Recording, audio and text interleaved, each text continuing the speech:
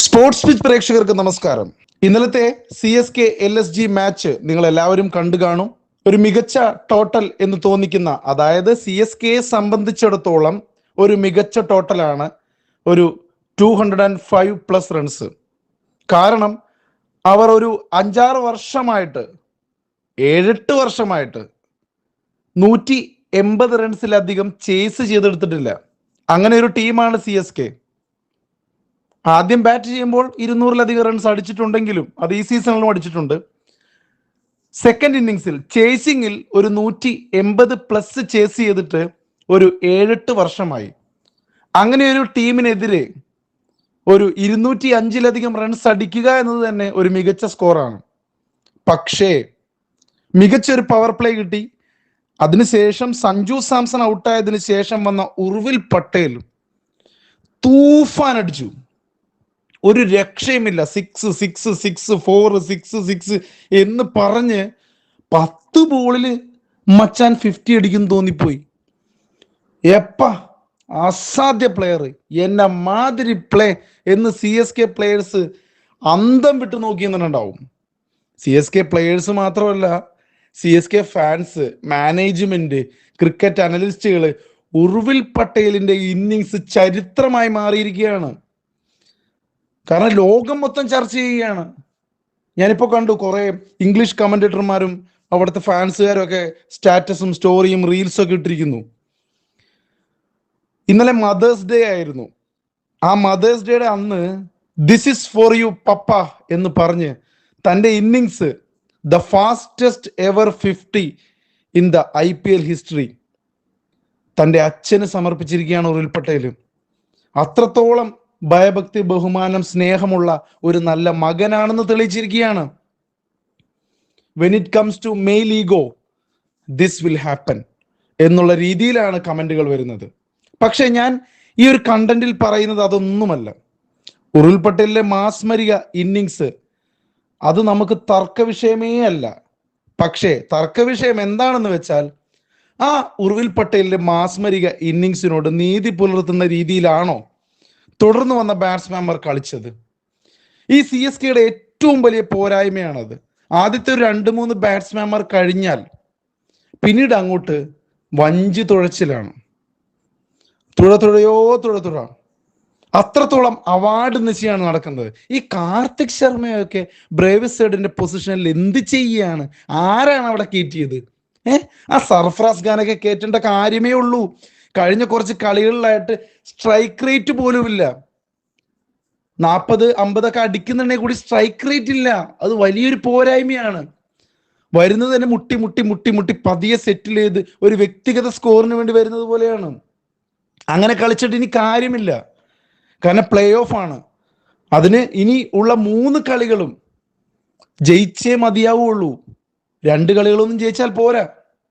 3 കളികളും ജയിക്കണം ഉറപ്പിക്കാൻ. കാരണം അത്രത്തോളം ടൈറ്റ് കോമ്പറ്റീഷനാണ് ഈ ഒരു IPL സീസണിൽ വന്നിരിക്കുന്നത്. RCB, Punjab Kings, Gujarat Titans, SRH തുടങ്ങിയവർ മികച്ച പൊസിഷനിലുണ്ട്. അവർക്കിനി 1-2 ജയം മതി.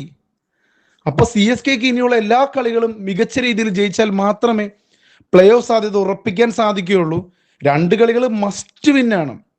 അപ്പോ ഉർവിൽ പട്ടേലിന്റെ ആ ഒരു ഇന്നിങ്സിനോട് നീതി പുലർത്തുന്ന, അതിനെ ബഹുമാനിക്കുന്ന, ആ വെട്ടിത്തെളിച്ചു തന്ന പാതയെ ക്ലിയർ ചെയ്യുന്ന ഒരു രീതിയിലല്ല CSK കളിച്ചത്. മുട്ടി മുട്ടി മുട്ടി മുട്ടി ലാസ്റ്റ് ഓവർ വരെ കൊണ്ടുപോയി. ആ അവസാന ഓവറുകളിൽ കിട്ടിയ കുറച്ച് സിക്സറുകൾ ഇല്ലെങ്കിൽ ഒന്ന് ആലോചിച്ച് നോക്കി. അവർക്ക് പിന്നെ ബോളേഴ്സ് ഇല്ലായിരുന്നു ലാസ്റ്റ്.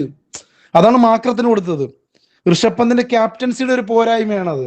കാരണം മികച്ച ബോളേഴ്സിനെല്ലാം, ഷമി അടങ്ങുന്ന മികച്ച ബോളേഴ്സിനെല്ലാം നേരത്തെ തന്നെ ഓവർ തീർത്തു. അതുകൊണ്ട് മാത്രമാണ്. അതല്ലെങ്കിൽ ഒന്ന് ആലോചിച്ച് നോക്കി. മാക്രൊക്കെ ഒട്ടും കോൺഫിഡന്റ് അല്ലായിരുന്നു. ആ ഒരൊറ്റ കോൺഫിഡൻസ് ഇല്ലായ്മ മുതലെടുത്താണ് CSK ജയിച്ചത്. ശിവൻ ദൂബെ 2 സിക്സറുകൾ അടുപ്പിച്ച് പായിച്ചു, ഇല്ലെന്ന് പറയുന്നില്ല. പക്ഷെ അതിനു മുമ്പോ ഒന്ന് ആലോചിച്ച് നോക്കി. ടെൻഷൻ അടുപ്പിച്ച് കൊന്നു, BP കയറ്റി CSK ആരാധകരെ. അപ്പോ അത്തരത്തിൽ മിഡിൽ ഓർഡേഴ്സിന്റെ ഒരു അപജയം ഇന്നലെ വളരെ വ്യക്തമായി. എത്ര വലിയ സ്കോർ അടിച്ചാലും പവർ പ്ലേയിൽ ഒരു വലിയ സ്കോർ അടിച്ചു കൊടുത്താലും ഇവന്മാർ ഇത് തുഴഞ്ഞ് ജയിക്കണമെന്നൊന്നും ഇല്ലേന്ന് പോലും നമുക്ക് തോന്നിപ്പോയി. പ്രശാന്ത് വീറൊക്കെ നല്ല രീതിയിൽ കളിച്ചു ഇല്ലെന്നല്ല, പക്ഷേ അതിന് സമയമെടുക്കുന്നു ഒന്ന് സെറ്റിലാവാൻ. അവിടെയാണ് ഉർവിൽ പട്ടേലിലേക്ക് ഇന്നിങ്സ്. സഞ്ജു സാംസൺ ഔട്ടായി, ആ ഔട്ടാക്കിയ ബോളർ, അതായത് ക്ലീൻ ബോൾഡ് ആക്കിയ ബോളറിന്റെ അവൻ വന്ന ആദ്യ പന്ത് തന്നെ സിക്സറാണ്. പിന്നെ അങ്ങോട്ട് സിക്സറിന്റെ മഴയാണ്. കാരണം എന്താ, ആ ഒരു കോൺഫിഡൻസ്, ടീമിന് നൽകുന്ന ഒരു കോൺഫിഡൻസ്, ആ ഒരു ഇന്നിങ്സിന്റെ ബലത്തിൽ മാത്രമാണ് CSK ജയിച്ചത്. സഞ്ജു സാംസണിന്റെ ഒരു വലിയ ഇന്നിങ്സ്, മികച്ച ഇന്നിങ്സ്, സെഞ്ചുറിയൊക്കെ പ്രതീക്ഷിച്ചിരിക്കുന്ന ആരാധകർക്ക് മുമ്പിലേക്ക് ഉർവിൽ പട്ടേലിന്റെ ഒരു വൺ മാൻ ഷോ എന്ന് തന്നെ പറയാം. കാരണം മൊത്തത്തിൽ തൂക്കി. പക്ഷെ നല്ലൊരു നെറ്റ് റൺ റേറ്റോടെ ജയിക്കാൻ പറ്റുന്ന ഒരു കളിയായിരുന്നു.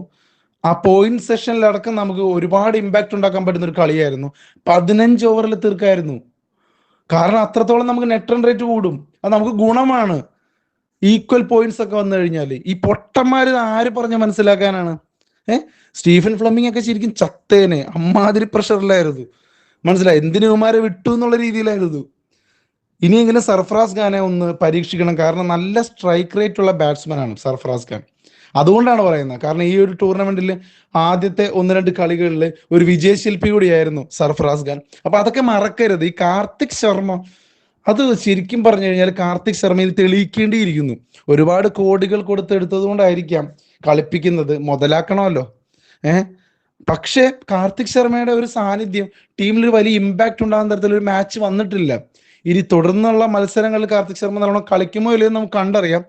എന്നിരുന്നാൽ കൂടി എൻ്റെ ഒരു അഭിപ്രായത്തിൽ ഉർവിൽ പട്ടേലിന്റെ ആ ഒരു മാസ്മരിക ഇന്നിങ്സിനോട് നീതി പുലർത്തുന്ന രീതിയിലായിരുന്നില്ല ജയിച്ചെങ്കിൽ കൂടിയും CSKയുടെ മിഡിൽ ഓർഡർ ബാറ്റിംഗ്. കാരണം തോൽക്കും എന്ന ഘട്ടം വരെ നമ്മളെ തോന്നിപ്പിച്ചു. സ്റ്റേഡിയം ഒക്കെ സൈലന്റ് ആയിരുന്നു, പിൻ ഡ്രോപ്പ് സൈലന്റ് ആയിരുന്നു. പിന്നീട് ആ സിക്സറുകളും പിന്നീട് ഈ മാക്രത്തിന്റെ ആ ഒരു ഓവറൊക്കെ കാരണമാണ് ജയിച്ചത്. വലിയ അഹങ്കരിക്കാനൊന്നുമില്ല. ഇനിയുള്ള മാച്ചുകളിൽ വമ്പന്മാരായിട്ടാണ്. LSG ആയിട്ടാണ് അടുത്ത മാച്ച് 15-ന്. അതിനുശേഷം GT ആയിട്ട് മാച്ചുണ്ട്, SRH ആയിട്ട് മാച്ചുണ്ട്. അപ്പൊ LSG ആയിട്ടുള്ള അടുത്ത മത്സരം ജയിച്ചാൽ കൂടിയും ഗുജറാത്ത് ടൈറ്റൻസ്, SRH ആയിട്ടുള്ള മാച്ചുകളിൽ ഇങ്ങനെ ഒരു പെർഫോമൻസ് മാത്രം പോരാ, ആ ഒരു ആക്സിലറേഷൻ ക്യാരി ഓൺ ചെയ്യണം. അവർ തന്ന ആ ഒരു ഋതുരാജ് ഗേക്വാദിനെയൊക്കെയാണ് ആദ്യം പറഞ്ഞിരുന്നത് നമ്മൾ ഭയങ്കര ടെസ്റ്റ് കളിയാണ്, ODI കൈൻഡ് ഓഫ് ബാറ്റിംഗ് ആണെന്നൊക്കെ. പക്ഷെ കുറച്ച് മാറ്റം വന്നിട്ടുണ്ട്. മുല്ലപ്പൂമ്പൊടി ഏറ്റ് കിടക്കും കല്ലിനുമുണ്ടാം സൗരഭ്യം എന്ന് പറയുന്നത് പോലെ സഞ്ജു സാംസണിന്റെ ഒപ്പം നല്ലൊരു പവർ പ്ലേ കാഴ്ചവെക്കാൻ ഇപ്പൊ സാധിക്കുന്നുണ്ട്. കാരണം അതല്ലെങ്കിൽ തന്റെ സ്ഥാനം പോലും നഷ്ടമാകുമെന്നൊരു സാഹചര്യമാണ്. കാരണം ഉർവിൽ പട്ടേൽ അത്രത്തോളം മികച്ച ഫോമിലാണ്. അദ്ദേഹം ഒരു 30 ബോൾ കളിച്ചാൽ, അതായത് ഉർവിൽ പട്ടേൽ ഒരു 20+30+ ബോൾ കളിച്ചാൽ പിന്നെ എതിർ ടീം സ്വപ്നം കാണേണ്ട വിജയം, എത്ര വലിയ സ്കോർ ആണെങ്കിലും അത് ഒതുക്കിയിരിക്കും എന്നുള്ളൊരു ലെവലിലേക്ക് ഉർവിൽ പട്ടേൽ വളരുന്നത് CSKക്ക് ഒരു ആശ്വാസമാണ്, ആനന്ദമാണ്. നിങ്ങൾക്ക് എന്ത് തോന്നുന്നു സ്പോർട്സ് പിച്ച് പ്രേക്ഷകരെ? ഉർവിൽ പട്ടേലിന്റെ ആ ഒരു മാസ്മരിക പവർ പ്ലേ ഇന്നിങ്സിനോട് നീതി പുലർത്തുന്ന രീതിയിലാണോ CSKയുടെ പിന്നീടുണ്ടായ ഒരു കളി വന്നത്? പിന്നീടുണ്ടായ ബാറ്റർമാർ ആ ഒരു ലെഗസി ക്യാരി ഓൺ ചെയ്തോ? സത്യസന്ധമായ അഭിപ്രായങ്ങൾ രേഖപ്പെടുത്താം. വീണ്ടും കാണാം. നന്ദി. പ്രിയപ്പെട്ടവരെ, നിങ്ങൾക്ക് ഈ വീഡിയോ ഇഷ്ടമായെങ്കിൽ ദയവായി ലൈക്ക് ചെയ്യുക, കൂടുതൽ ആളുകളിലേക്ക് ഷെയർ ചെയ്യുക. പിന്നെ ഇതുപോലുള്ള വളരെ മൂല്യമുള്ള അർത്ഥവത്തായ കഥകൾക്കും വീഡിയോകൾക്കും വേണ്ടി ഞങ്ങളുടെ ഈ ചാനൽ സബ്സ്ക്രൈബും ചെയ്യുക.